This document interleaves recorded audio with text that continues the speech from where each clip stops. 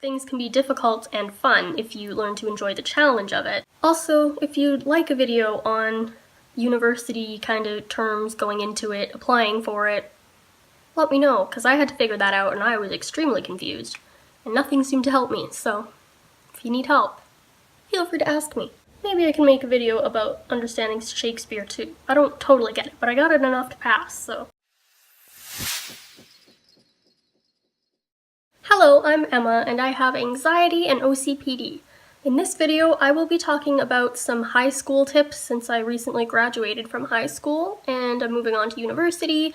Plus, it was requested on my Instagram that I talk about how I did things. Some of these tips will probably be obvious, but a lot of them are also very important, so hopefully you listen to what I say, even if it's something you've heard a lot. In that case, it's probably because it's so important. And these tips won't necessarily help your anxiety or OCPD, but it's coming from someone who has it, so if it's influenced in that way, that's why. It's important that you balance school and friends. You need to aim for a full experience, meaning the social experience where perhaps you go to parties or you just have some friends, and also school, like learning experience, or just life experience in general. Your mental health is the most important because it determines how well you do with school or how good you are of a friend. Like, if you're not doing well, then everything else gets thrown off. Obviously, it's important to have some form of sleep schedule or just so that you're getting enough sleep. Honestly, staying up late on the weekends is only fun for so long, and then you're exhausted every day and you can't get anything done and everything just sucks. As long as you take some breaks or some time to enjoy yourself, you shouldn't have to feel like you need to stay up late in order to do that. As with sleep, breakfast is also important, or I know like some people aren't really morning eaters. I'm one of those people because it makes my stomach upset usually, especially if I'm going on a bus or if I'm anxious about going to school. So having something light in the morning is a good idea. I would say go for like some fruit, like bananas are good, or granola bars, but I'm sure you know how to eat food, so I'll leave that to you. Snacks are always good. I would recommend always having food with you. Any breaks you get, it's important to eat, even though it might not be the biggest thing on your mind. It really does help you in your day. So does water. Stay hydrated, kids. Having a few acquaintances, familiar faces that you can talk to but aren't necessarily your best friends in every class is a really good idea. You don't always have to shoot for friends. Sometimes it's good to have just a class person where you talk about the class with them and like any work you're not sure about. It's easier for both of you to get through that class together. Whoever you're sitting by is usually a good acquaintance, because it's convenient. But as for making friends, you should know that everyone has something to offer, so try not to judge them until you get to know them. I know that's the most like basic thing ever, but even I thought about that sometimes, like even just high school kids, you know, all they want to do is do drugs and have fun. Which is true to a degree, but there's a lot more to people than that. The point I'm trying to make is that everyone is unique and has something different to offer because of it. Getting to know someone isn't ever a waste. I know it's hard to make friends when you have social anxiety like I do. I should probably make a whole video on that, but honestly, I haven't really figured it out yet either. Talking is pretty vital, as scary as it is. Even just pushing yourself to contribute to a few conversations a day, like just add a little bit of you in there because people like you. Like, I'm not just saying that, I know, cheesy, right? But when you are yourself, you're different from other people, but you can also relate to them. So it's important that you allow yourself to be yourself. It also brings out your confidence, which is important in making friends, but also in you just feeling okay about yourself. And if you feel okay about yourself, like you're not freaking out every second because of something you said or who you are, then typically it's easier to make friends. You don't necessarily have to volunteer, join clubs or sports teams to have a good high school time. Go for the things that interest you to hopefully strengthen those interests in some way. So they might become passions, and it might contribute to something you might want to do later in your life. Like, it's just important to surround yourself with things you enjoy doing so the whole high school experience isn't terrible. But it's also important to try new things that you might not expect yourself liking. It could surprise you, and plus you have a whole bunch of opportunities in high school. Depending on whether or not you are thinking about going to universities or college, you might want to also be looking at scholarships earlier. like grade 11 or 12. You can ask like your counselors and stuff. I don't want to talk too much about it because I do have an Instagram post, 2 Instagram posts actually, that I've made on finding and writing scholarship essays. So I will link those below if you would like to check that out. Scholarships tend to like good grades, but also community involvement, volunteer work, and clubs. You don't have to have it to enter some scholarships, but it definitely does help for a good majority. They like leadership too. As I'm sure everybody and their dog has been telling you, you need to think about university and what you're doing with your life. But like take it down about 27 notches, because you don't have to figure it all out right now. Honestly, most of it you will figure out while you're in university and like last year sort of high school, once you have some experience and understand what you like and don't like. But you also want to think about what classes to take to help set you up for that. For example, I took general science, which I was still able to use instead of like biology for psychology for the university I'm going to, but there was also another university kind of similar in like competitive range that required biology 30. It's different for every university, so you should probably look into requirements for where you want to go and what career you're thinking about if you kind of have an idea already. And talk to your counselor because they know. I know you know nothing right now, or you're lost and confused like I was, but eventually figure it out, and it's like not that difficult once you get it down. You probably feel completely overwhelmed right now, but honestly, it's not as bad as you think it is, because once you're there, it's really just a different environment with people learning about the same things. A lot of people who are entering high school are worried about the amount of work. It is more, but it's also manageable once you learn how to deal with it. It's helpful also to look at critiques or like how the teachers are going to mark you, so you can figure out what they're looking for.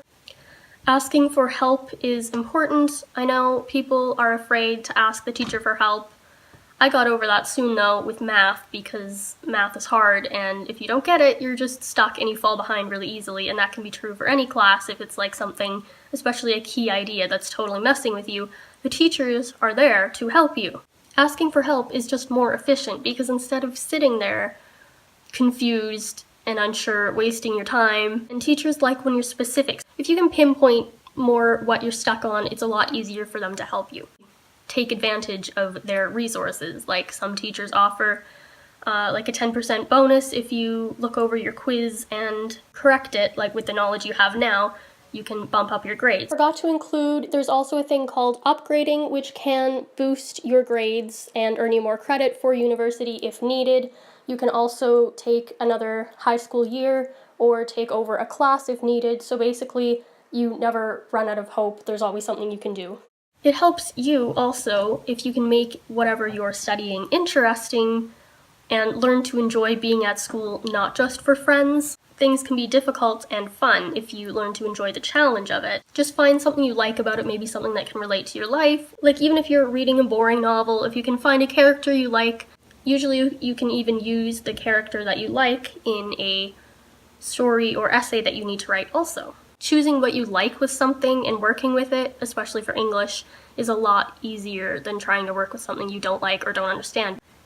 Efficiency is vital, and one I'm still desperately trying to learn how to be, especially having OCPD, because I get so caught up in the little details that it makes me do one thing forever instead of doing all the things I need to do.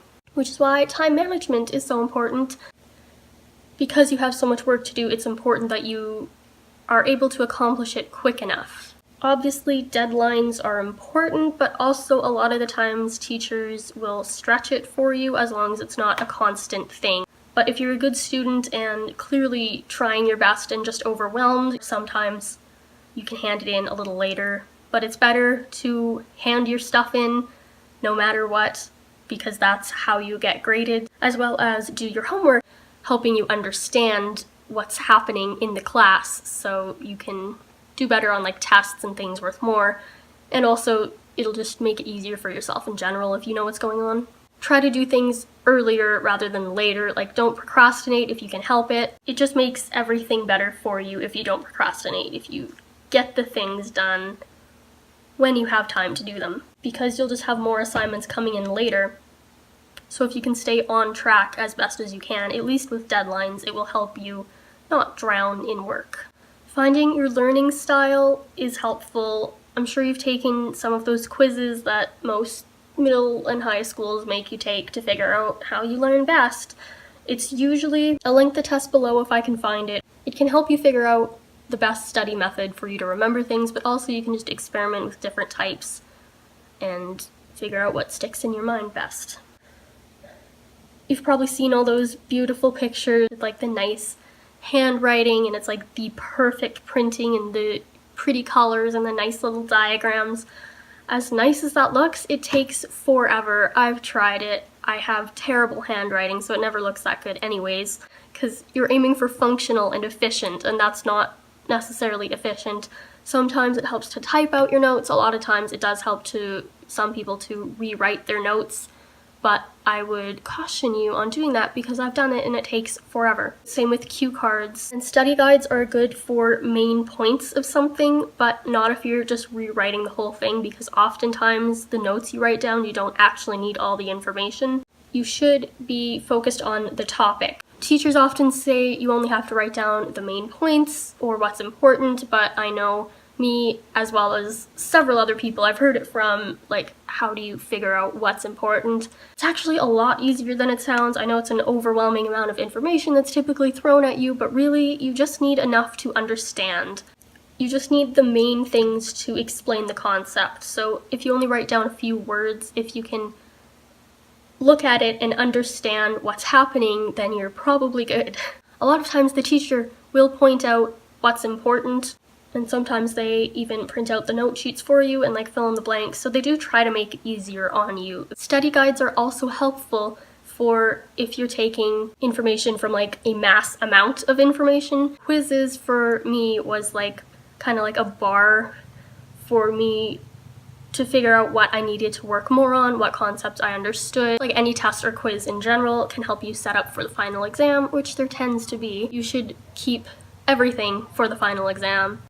It's important that you study daily or often, like don't just leave something to like the final exam, because if you're studying it every day or every week, then you're still familiar with the content and it actually stores in your long-term memory. You can even just quiz yourself on things, like read over your notes once and then take like a piece of paper and put it over top so you can't see the notes underneath, but so you can drag it down and see like the titles of things and then try to recall the information from that. That's how I would recommend doing it. I get the same out of it as I do with cue cards. Having less stress helps you get more done. It's not easy, especially when you have anxiety, to not stress out over everything, because there's a lot of work that needs to be done, and a lot of the times it feels like you can't handle it, but you do get it done eventually. Having less stress does clear your brain enough for you to actually focus on what's going on, so you're able to complete it faster. Also, do you like to zone in and really focus on what you're doing, or can you only handle it for a period of time,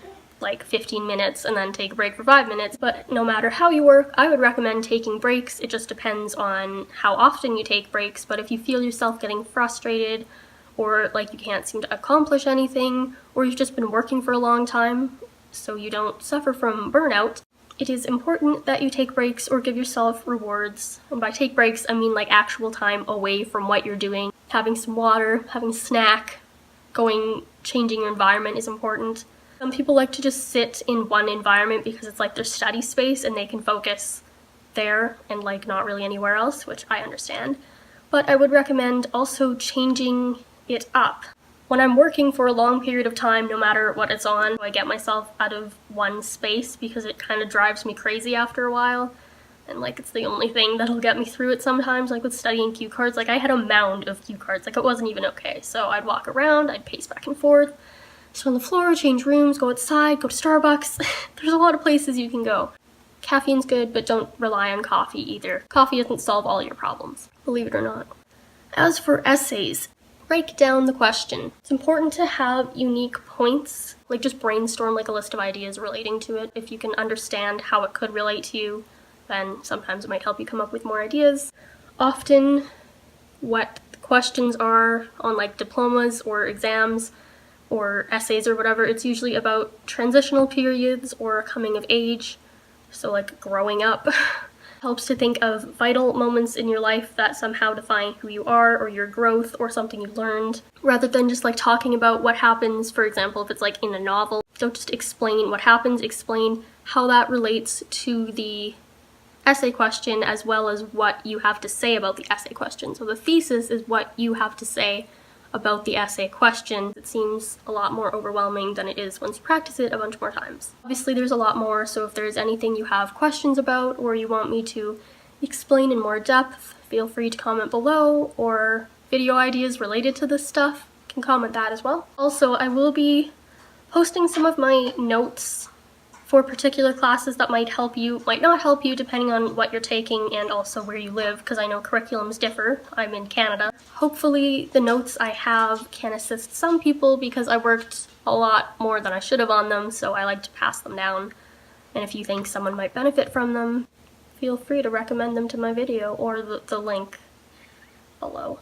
I will be posting my notes or helpful resources that I've found on my Google Drive, which I will share the link like once I've done that, which will likely be early September. Thank you for watching. See you later. Bye.